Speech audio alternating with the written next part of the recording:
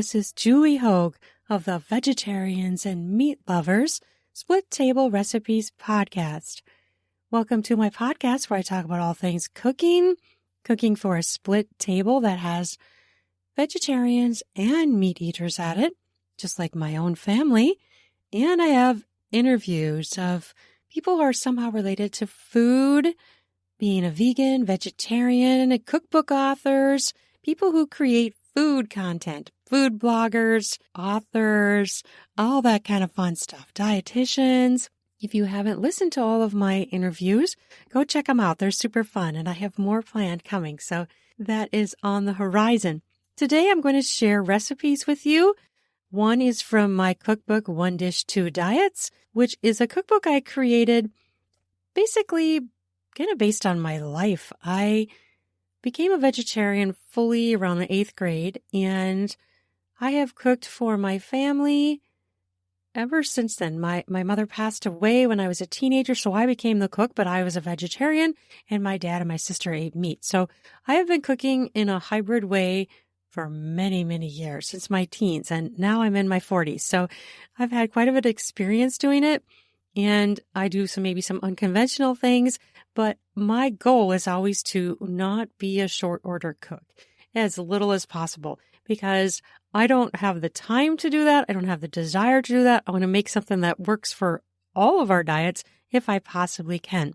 So this is from a recipe that I got online, but I adapted to my own. And the other one is from One Dish, Two Diets, recipes for the hybrid vegetarian and meat-eating family. So the first recipe I have is a pasta bake, and the second one is a squash appetizer, which could be used as an appetizer or a side dish, or even so good it's almost like a dessert. It's really tasty.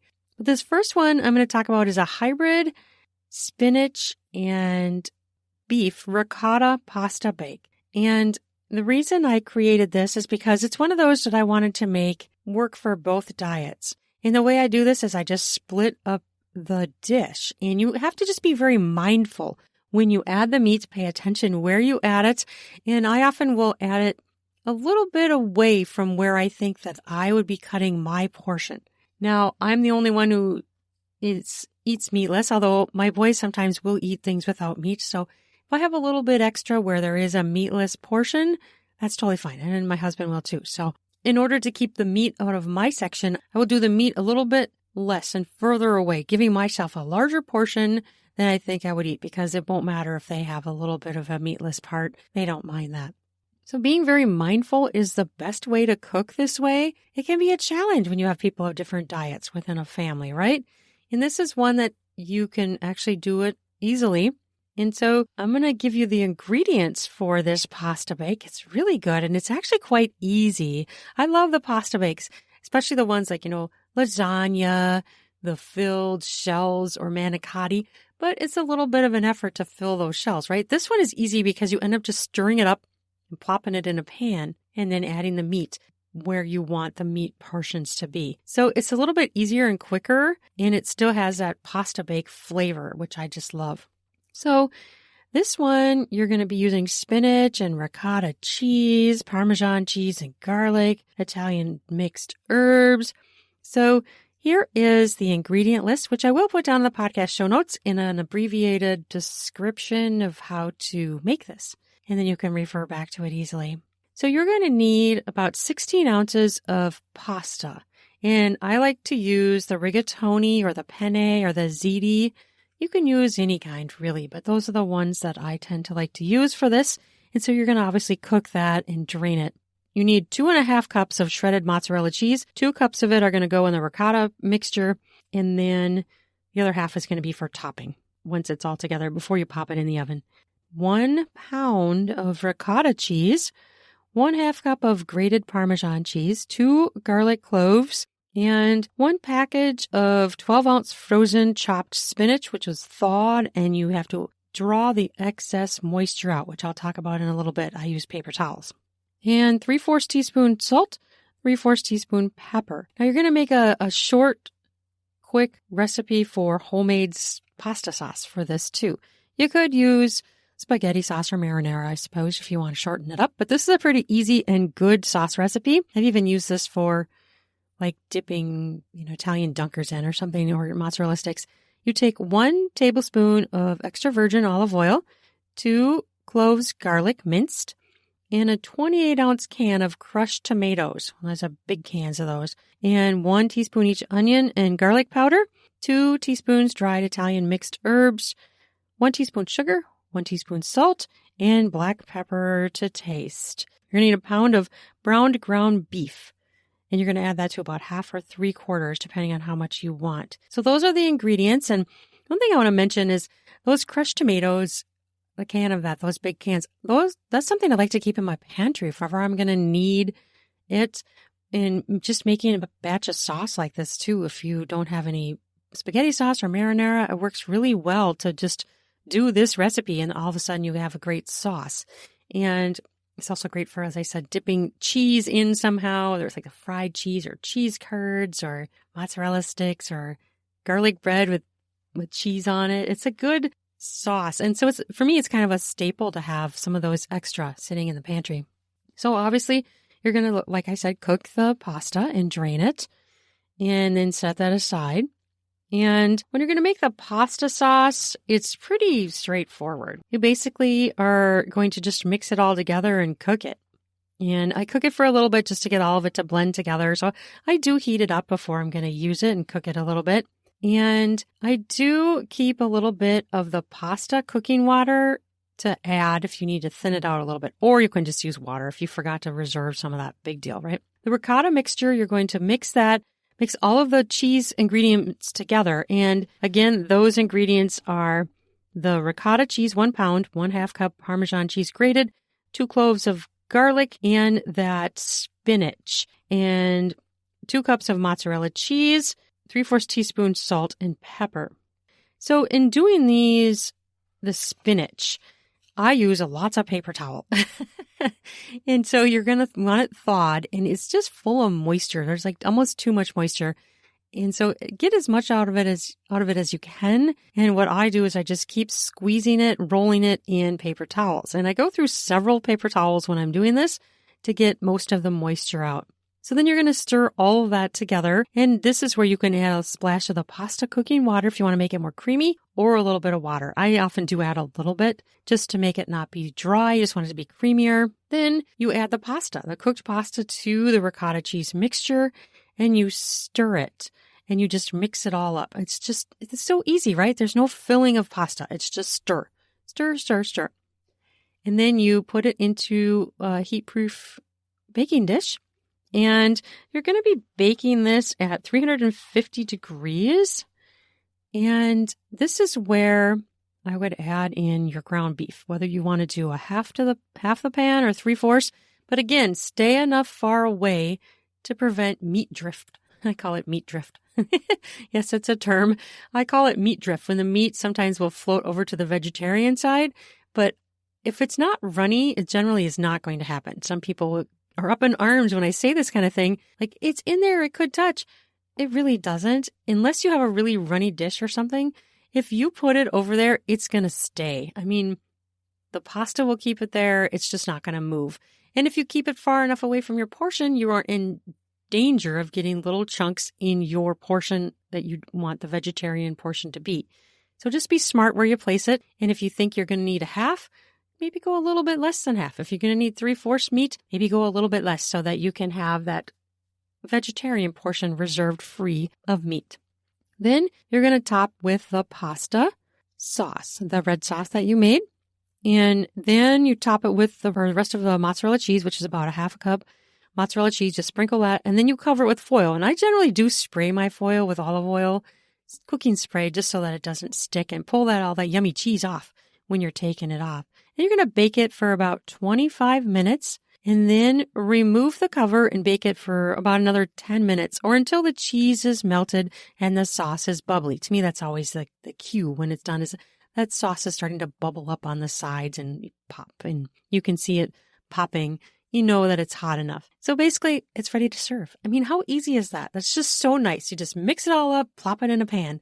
And the other thing I love about this recipe is there really isn't a whole lot of like chopping or shredding of cheese. If you buy shredded cheese, you're set. There isn't a lot of that putzy stuff. This is a nice pasta dish that is quick and easy to do, and my whole family loves it. My youngest is afraid of green things sometimes. He was not happy when he found out there was a lot of spinach in this dish. And I said, just taste it. You're really not even going to notice the spinach. It just kind of blends in. And he did, and he liked it. So it's true, green is in there, but you really don't taste the spinach. It just kind of blends in into a yummy flavor. So that's it. That's all you do. And it works great as a leftover as well. It's a really good one to heat up and have as a leftover. It's really easy. And if you need a little more sauce, I sometimes have had a little bit of leftover sauce or from a different thing. If you need a little more sauce, then you can just add it on top. If it gets a little dry, as it's been sitting in the fridge as a leftover and you don't want it to be dry as you eat it, add a little more sauce. That's just the way to fix it.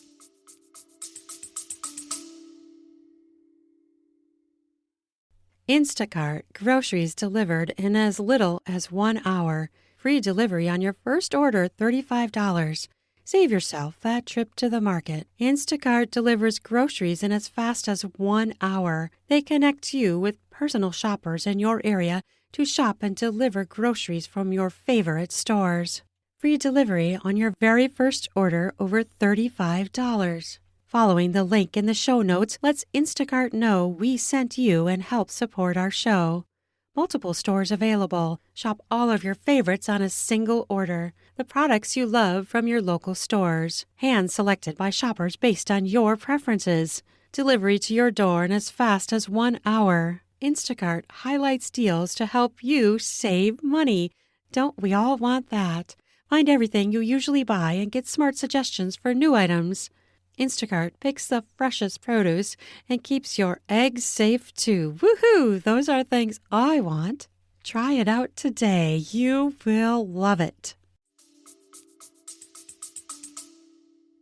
And I have also made this as a purely vegetarian dish without the meat and done meatballs on the side. That's another way to do it. And then when I do that, I often make the extra red sauce so that they can pour the sauce over the meatballs on the side of the pasta bake.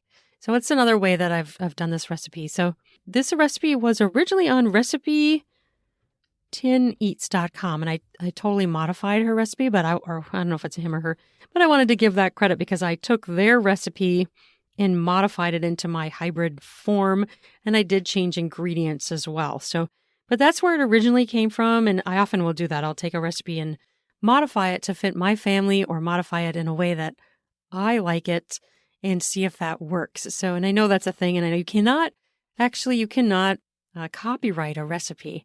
It's not possible. You can't copyright the whole people that do that kind of stuff. You cannot actually copyright that. And it makes sense because, you know, there's so many recipes out there and there'd be no way to do it. There'd be no way to keep track of it. And it's silly. You can copyright a book, but you can't copyright a recipe. Which is really interesting. I didn't know that until I started my blogging journey. Okay, this next recipe, again, is from the One Dish, Two Diets cookbook, which I have in paperback, ebook, hardcover, and audiobook.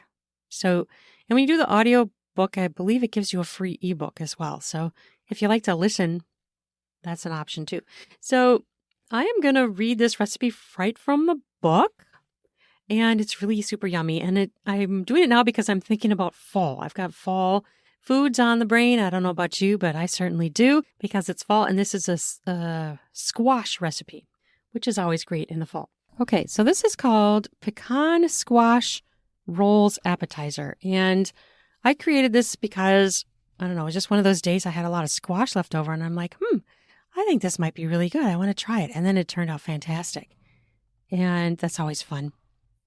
It tastes more like a dessert, really, than a vegetable. You know, it's like, especially when you're adding that brown sugar, which makes it taste amazing. This makes a large volume. You could chop it down if you want, but if you were to make this full recipe, it makes 80 little rolls. And they're kind of like bite-sized rolls, so they're really perfect for a party or appetizer or even like Thanksgiving or Christmas. They're a great thing for a party, great recipe for a party. but they're also really good for every day too. And they are good leftover. They just aren't as crispy leftover. So like initially when you first eat them, they're crispy. But if you put them in the fridge and eat them as leftover, they become soft. But they're still very good. The flavor is delicious. It's just the texture that changes. It'd be great for a side for a meat dish as well. If you have a chicken or pork entree, there'd be a great little side dish. So cooking time, it takes a while because you do a couple of pans of them. So about an hour and 25 minutes. And as I said, it makes about 80 rolls. So here's the ingredients. It's pretty a low amount of ingredients. You need 1 butternut squash, making about 2.5 cups of cooked squash, 1/4 cup water, 10 burrito-sized tortillas, and 1 cup of butter, 1/4 cup skim milk, 6 ounces of chopped pecans, and 10 tablespoons of brown sugar. Instructions. You're going to pre-cook that squash. You could do this ahead of time if you want. The day before works, or even a few days before. Preheat your oven to 400 and cut that butternut squash in half. Scoop out the seeds. Place each half cut side down in a baking dish that has sides. And I usually add about a 1/4 cup of water, or just some water to it. Then you bake it at 400 degrees for 50 minutes to an hour until it is soft to a fork pierce. Then you're going to scoop out that cooked squash and place it in a mixing bowl. Add 1 cup of melted butter and 1/4 cup skim milk. Blend with a hand mixer for about 1.5 to 2 minutes until it's like totally smooth.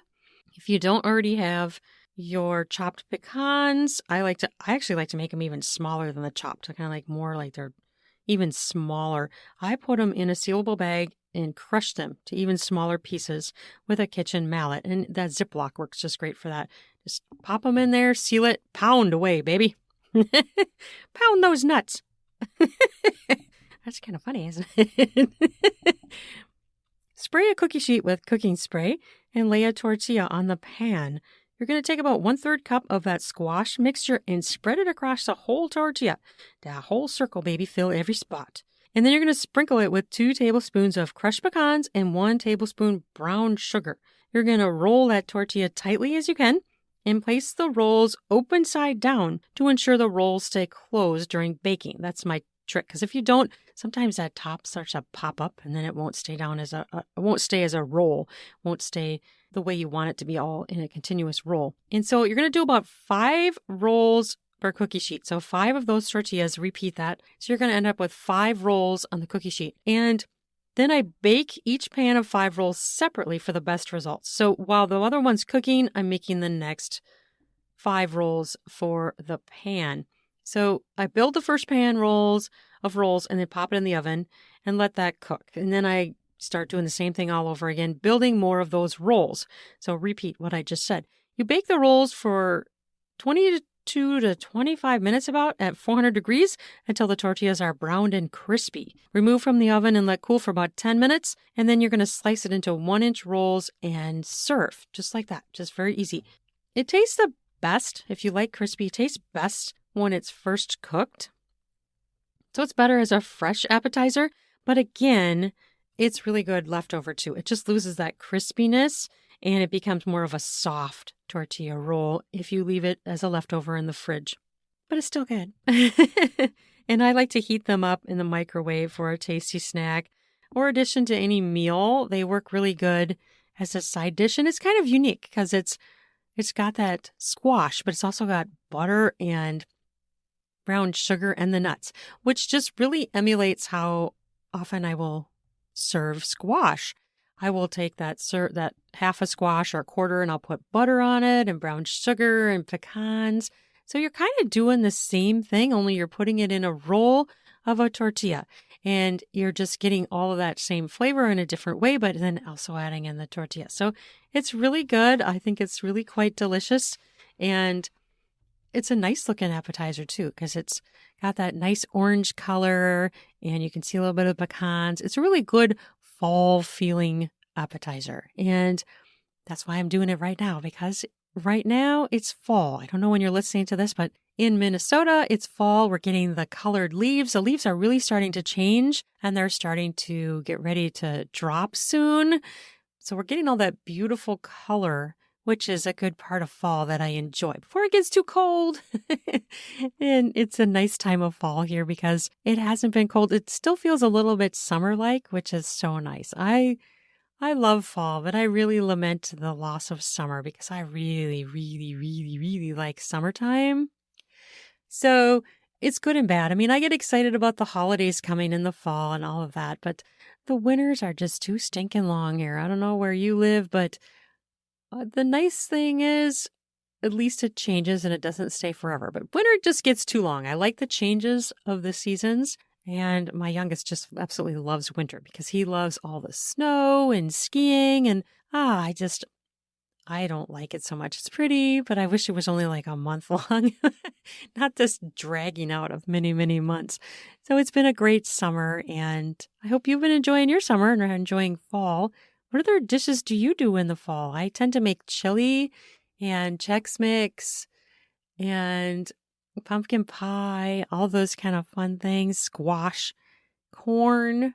We like to do a lot of the corn as it's still around. It's starting to slim down. There won't be as much fresh corn, but it's so great to have the local farms that are doing all those farm stands for vegetable and fruit and tomatoes. We have a little farm right by our house, and it's just fantastic. They have a lot of organic fruits and vegetables, and they have the eggs where they're free range eggs, so the chickens are free range and they're treated well and humane. All that stuff I really just love. And I love to support such small little businesses like that are really just, to me, getting it right. They're doing it right. So it's so fun to visit all those local farmers markets and how fun is that to buy it directly from someone who grew it, right? Like they're selling what they grow, and it's just a really fun way. It's just so personal. You go right up to them and see them, and you see the people actually who are collecting those vegetables and preparing them to sell to you. So it's just so much more direct and more fun. I hope wherever you live, you have access to such things as well, because it's super important. And I've heard things people say that it's really good for some reason. There's something about eating fruits and vegetables that are grown near where you live. And I don't know, that's some sort of sciencey reason behind it. I do have a background in science, but I just thought that was really interesting when I read an article on that talked about that. That's how somehow it's like really good for you to eat local fruits and vegetables and fresh ones. I believe it. I do. It's more natural and it's in your area. And I wish I could remember more of the article, but it's a really interesting idea that actually makes a difference for people. It's quite fascinating. I also want to do a quick mention out to Instacart. They have a great system where you can order things and just get it delivered to your house. Like how great is that? In this day and age, deliveries are so common now with having gone through the COVID isolation period. They're just great. I just love it. I use deliveries quite a bit, and it's just so nice to get it brought to your house. You're not wasting all that time of driving, of actually shopping in the store. So check out Instacart and all their amazing deals. They have great deals. And I also would like to mention my website is juliehoagwriter.com. My cookbooks are One Dish, Two Diets, and I also have a quiche cookbook out there. It's a really slim book, but it's super fun and it's super yummy to have all these different quiche recipes. American Midwest Cooking Quiches. Split table recipes for vegetarians and meat lovers. It has a whole bunch of quiche recipes in it. And it's a slim little book, but it has a lot of yummy stuff in there. And I have some of my hybrid recipes in there as well. I also have a book out there. This is another slim little book, 40 Ways to Honor Your Mom After She Has Passed Away. And I wrote that from experience. So if that applies to you or you want to buy it to give to someone, it has some great ideas of how to celebrate the memory of your mom in positive and great ways that will enhance the memories. It's so hard to lose your mom, but there are ways that you can honor and just really celebrate the memory of your mom. So get that book. It's in Kindle and in paperback. It's a great reference book too. If you want to keep it what should I do this year for Mother's Day or on my mom's birthday or Christmas to really remember my mom. And it has ideas in there that I've done to help me self-help guide, to help with healing tools, to help when you're grieving a loss of your mom. So that I wrote from experience, and it grew from a blog post that I wrote on my website. It was always been such a popular blog post, and it is still every year. And so I created this little book for that.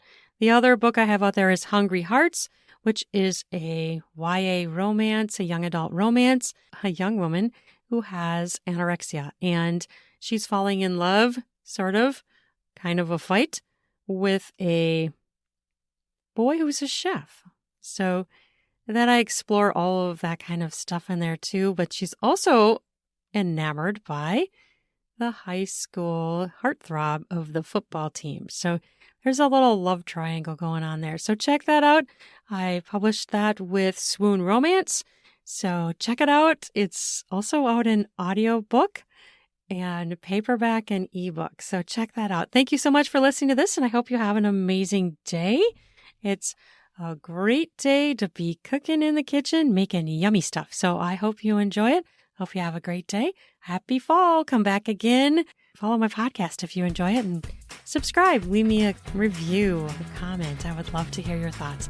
It really helps me grow when you do that, and also share my podcast episodes. Thank you so much for listening. Have an amazing day. Bye-bye.